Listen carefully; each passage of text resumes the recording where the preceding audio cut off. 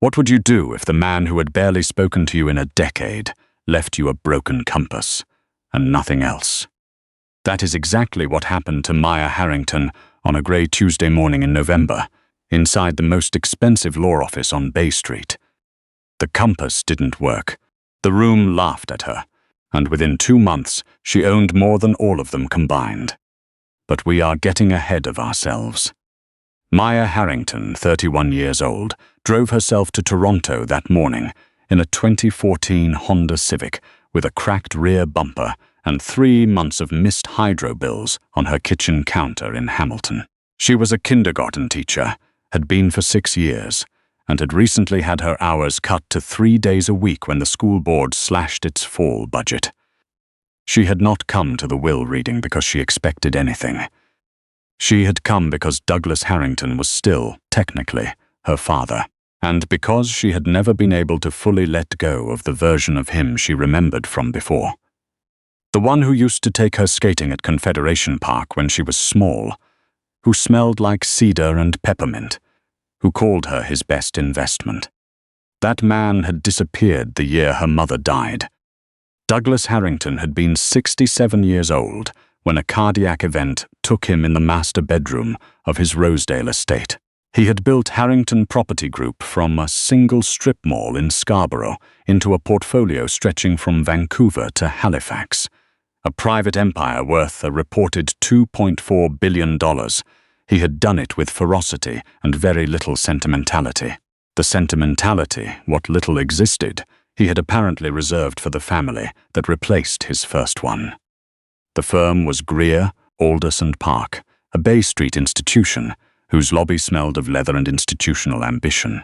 Maya arrived in her good navy blazer, the one she wore for parent-teacher interviews, and sat at the end of a long oak table surrounded by people she barely recognized as family. Sylvia Harrington, 61, occupied the opposite end in a dove-grey Hermes suit, her posture so precise it seemed architectural. Beside her sat Garrett Harrington, 38, who had spent the better part of a decade nominally managing investor relations for his father's firm while doing very little of substance. To Garrett's right sat Nadine Harrington, 34, who studied the surface of the table with an expression Maya could not quite read. No one acknowledged Maya when she sat down. The senior partner, a composed man named Hugh Nakamura, who had served as Douglas's personal counsel for 22 years, opened a leather portfolio with the deliberate care of someone who understood that the words he was about to read would cause damage. He cleared his throat. The assets were, as expected, staggering. To Sylvia, Douglas left the Rosedale property, the lake house in Kelowna, and a controlling 55% stake in the company. To Garrett, a $40 million trust and the entire Atlantic Canada commercial portfolio. To Nadine, the Toronto condo portfolio and a separate cash settlement she was visibly uncomfortable receiving in front of everyone. Maya kept her hands flat on her thighs and did not look at any of them. And finally, Hugh said, turning a page, and something in the quality of the silence shifted. Even Garrett looked up from his phone. To my daughter Maya Elaine Harrington, I leave my father's brass surveying compass, circa 1938. May it remind her that true north is found by looking within, not without. A beat of bewildered quiet.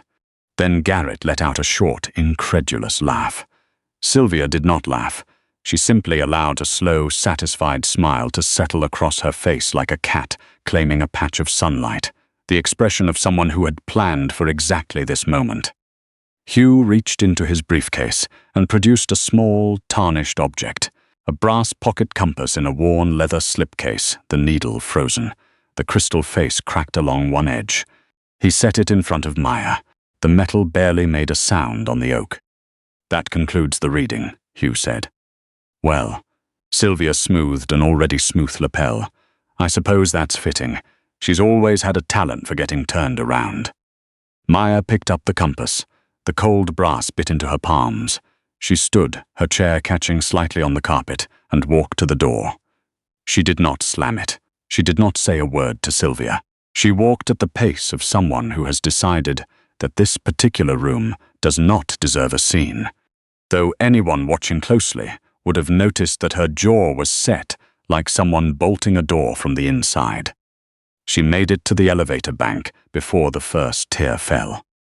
She pressed the call button 4 times, 5, her reflection broken and spectral in the polished steel doors. Mrs. Harrington. Hugh Nakamura's voice came from behind her, quiet and urgent. When she turned, she saw his jacket was partially unbuttoned, his portfolio tucked under one arm, his professional composure entirely replaced by something she hadn't seen in that boardroom. Urgency. The specific urgency of someone who has been waiting a long time to say something. "The reading is over," Maya said. Her voice was steadier than she felt. "I got the compass. We're done." "I said the reading was concluded," Hugh replied carefully. "That is not the same thing." He was already pressing the elevator button for the underground garage, watching the hallway behind him with an alertness that was not the habit of a man at ease. "There is a codicil, Maya." It was not read in that room by design. Your father knew the boardroom was monitored. He knew Sylvia had access to the firm's internal communications. He knew that if anything of value appeared on paper in your name, her lawyers would tie it up in litigation until you were bankrupt. The elevator arrived. Maya looked at him for a long moment, really looked at him, then she got in. As the doors closed, Hugh spoke quickly. Your father spent the last 4 years building a case. Sylvia and Garrett had been embezzling systematically, falsifying vendor invoices, creating fictitious accounts, diverting operating funds. We estimate 40 to 60 million over 3 years.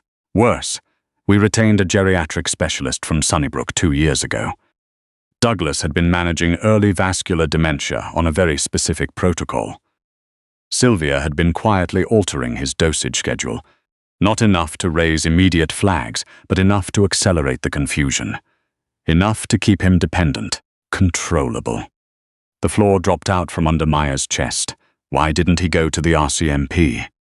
Because he needed time, and because a public investigation would have collapsed the company's share structure before he could protect the employees and their pensions.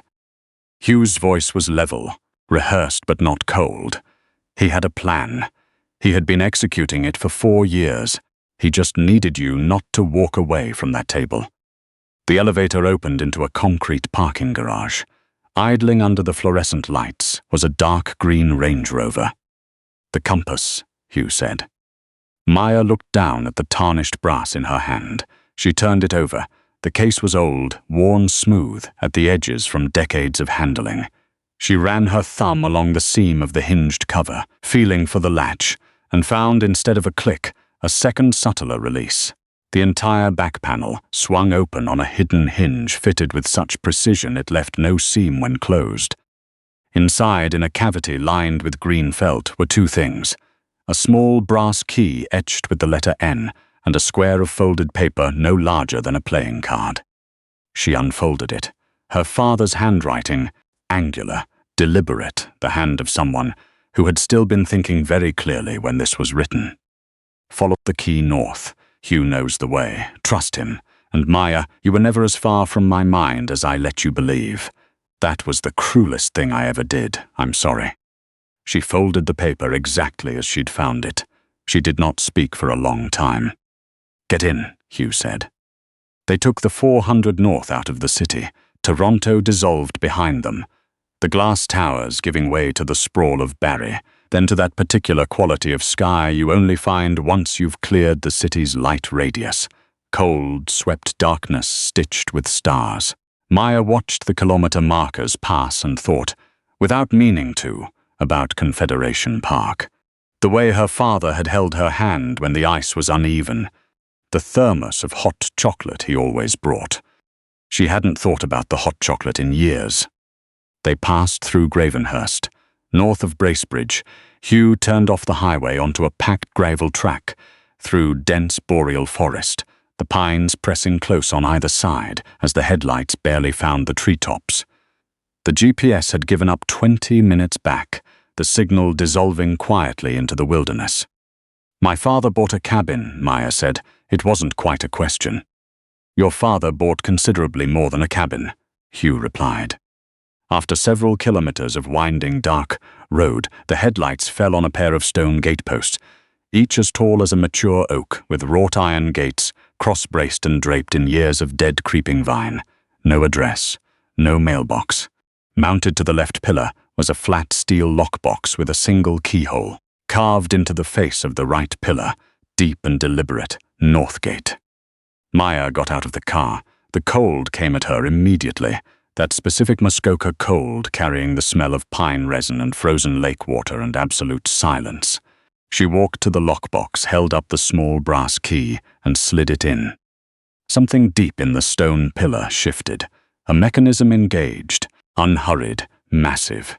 And then, with the enormous reluctance of iron that has been still for a very long time, the gates began to move inward. The sound they made was low and grinding like a ship's anchor chain, too large for the quiet of the woods, and completely, absolutely certain. The driveway beyond was lined with white birches, their bark luminous in the headlights. It curved for nearly 300 meters before opening onto a clearing at the edge of a private lake. There, at the water's edge, sat a heritage stone manor house, 3 stories of limestone and oxidized copper flashing, built sometime in the early 20th century, and maintained with a quietness that spoke not of neglect, but of deep, deliberate intention. Every window was dark, but the grounds were immaculate, the paths carefully edged, the boathouse freshly painted the red of an old Ontario barn. Someone had been tending this place for years without anyone knowing it existed.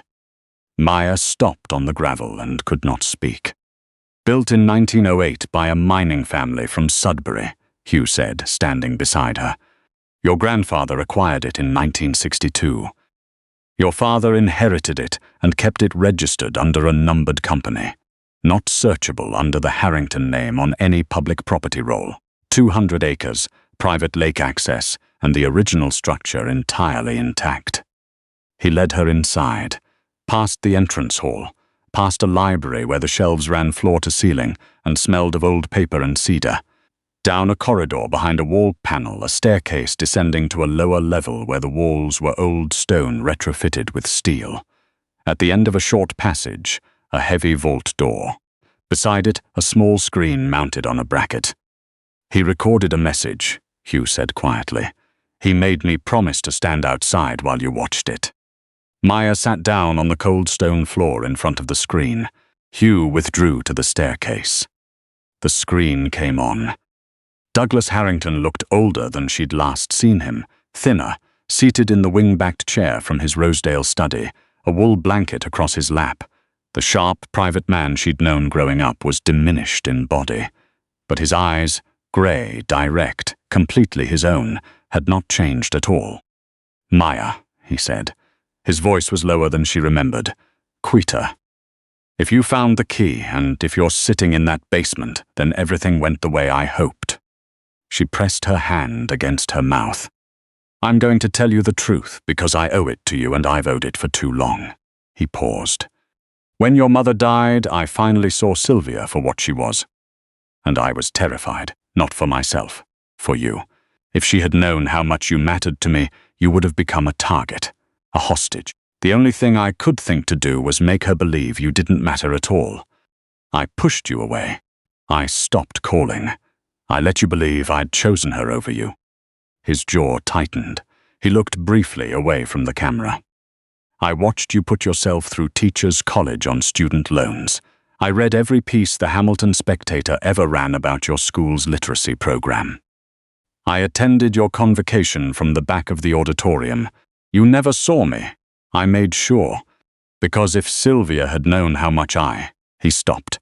Your distance was your protection. That is the only excuse I have, and I know it is not enough. Maya's hands were shaking. She pressed them flat against her thighs. Now. Something in Douglas's posture shifted, the grief pulling back enough for the man of business to step forward. Here is what they don't know.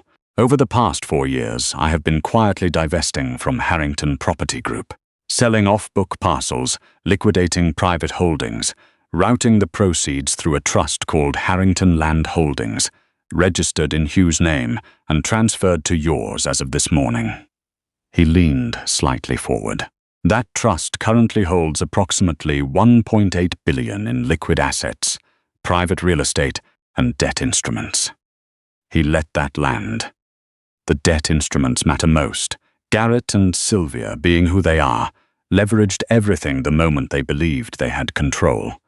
Their personal properties, Garrett's condo in King West, the Whistler Chalet, the 4 rental properties Sylvia holds in her own name. Everyone is mortgaged. Harrington Land Holdings holds the senior position on those mortgages, acquired through intermediaries over the past 18 months. I am the bank they have been borrowing from without knowing it. When they default, and they will, they are already overextended. You have the legal right to foreclose. He almost smiled. But I want to tell you what I hope you do with what comes after. The almost smile faded. You are a teacher, Maya. You have spent 6 years giving other people's children a foundation when no one gave you one. There is a charitable foundation already incorporated and funded, the Elaine Harrington Foundation, named for your mother. Early literacy programming for underfunded schools across Ontario and British Columbia. The first board seat has your name on it. He looked directly into the camera. Do with it what I should have done with my life a long time ago. A long pause. I love you. I have always loved you. I was simply too frightened, and then too proud, and then too sick to say it when it would have counted for anything. I hope the foundation says it better than I ever could. The screen went dark. For a long time, Maya Harrington sat alone on the cold stone floor of her father's secret house, the tarnished compass in her hand, and cried, not the sharp, humiliated tears from the boardroom, but something older and more layered, the kind that arrive when something you had stopped expecting finally shows up, too late, and somehow just in time. Then she stood up, smoothed her blazer and called for Hugh. Tell me about the mortgages, she said. 6 weeks later, the boardroom at Harrington Tower smelled like anxiety and burnt coffee. Sylvia stood at the window with her arms crossed, watching Bay Street with the expression of someone waiting for a collision. Garrett had been on his phone for 2 hours, his voice dropping lower with each call. The portfolio document spread across the table told a story no one wanted to read. Margin calls on 4 properties simultaneously, and a private creditor, listed only as a numbered company, had formally accelerated every loan at terms that were, their lawyers had just confirmed, entirely legal and entirely catastrophic. Who owns the numbered company? Garrett said for the 3rd time. We are still working to determine that, said the representative from RBC Capital Markets, who looked as though he would rather be anywhere else on earth. The boardroom doors opened. Maya Harrington walked in wearing her navy blazer. The same one. She'd had it pressed. Behind her came Hugh Nakamura, carrying a leather folio considerably thicker than the one from 6 weeks ago. Maya walked to the head of the table, the chair Douglas Harrington had occupied for 20 years, and sat down.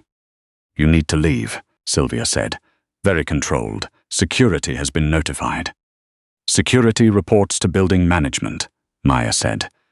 Building management received correspondence from Harrington Land Holdings this morning, confirming a change in ownership of this tower, effective at 9 a.m. She glanced at Garrett, then back to Sylvia. I'm the numbered company. The silence that followed was the particular silence of people who have just understood, all at once, that they have been in a trap for a very long time. Garrett shoved his chair back. This is, you can't possibly have the capital to. Hugh. Hugh opened the folio and distributed documents across the table with the efficiency of thorough preparation. Harrington Land Holdings holds senior mortgage positions on 6 properties registered in your names and has been declared primary creditor of Harrington Property Group through intercompany instruments executed over the past 4 years by the late Douglas Harrington. The transfer to Ms. Harrington was automatic upon his death. We reviewed every document, Garrett said. His voice had gone flat. We reviewed every asset. You reviewed what you were permitted to see. Hugh's tone was entirely level. The instruments were held in trust. They were not visible to you. Furthermore, Maya said, and her voice was quiet, but carried without effort to every corner of the room. That particular carrying quality of someone accustomed to holding a classroom's attention. I have submitted forensic accounting records to the RCMP's Commercial Crime Section and to the Ontario Securities Commission, documenting a 3-year embezzlement scheme from Harrington Property Group's operating accounts. I have also submitted the report from the geriatric specialist retained privately from Sunnybrook, documenting the pattern of my father's medication mismanagement over an 18-month period. The RCMP will be in contact before the end of the week.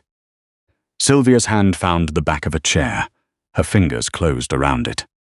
The Elaine Harrington Foundation, Maya continued, has been incorporated and funded.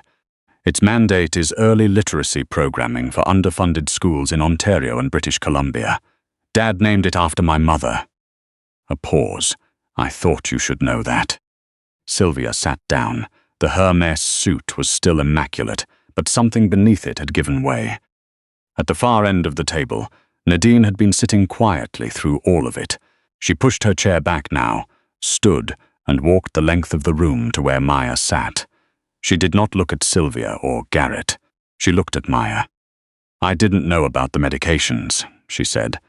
Low enough that it was almost private between them. I want to be clear about that. Maya studied her half-sister for a moment. I know, she said.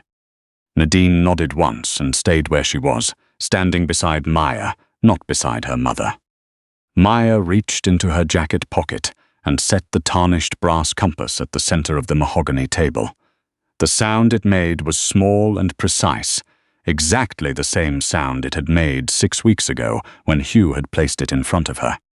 True north is found by looking within, Maya said. She glanced at the needle beneath the cracked crystal. The needle still works. I had it looked at. It was never broken. He just needed it to seem that way. She picked the compass up, stood, and straightened her blazer. Then she walked out of the boardroom. Nadine at her side, Hugh a quiet step behind, and left Sylvia and Garrett alone with their lawyers, and the ruin of everything they had believed was theirs. The elevator took them down to the lobby. Through the floor-to-ceiling windows, Bay Street moved the way it always moves. Taxis, pedestrians folded into their winter coats, a city doing what cities do, indifferent and continuous. Maya held the compass in both hands. The needle had settled. It pointed as it always had north. If Maya's story left something sitting with you, a name you haven't said in a while, a call you keep almost making, someone you wrote off before you had the full picture, hit like before you close this tab. Share it with someone who needs to be reminded that the people who loved us sometimes showed it in the only way they knew how, which isn't always the way we needed. Subscribe to Claim the Drama for more stories about hidden truths, complicated families, and the inheritances no one sees coming. And one last question, because we genuinely want to know. If you had been the one to open that compass, would you have taken the key, or would you have walked away? Drop your answer below. We read every single one.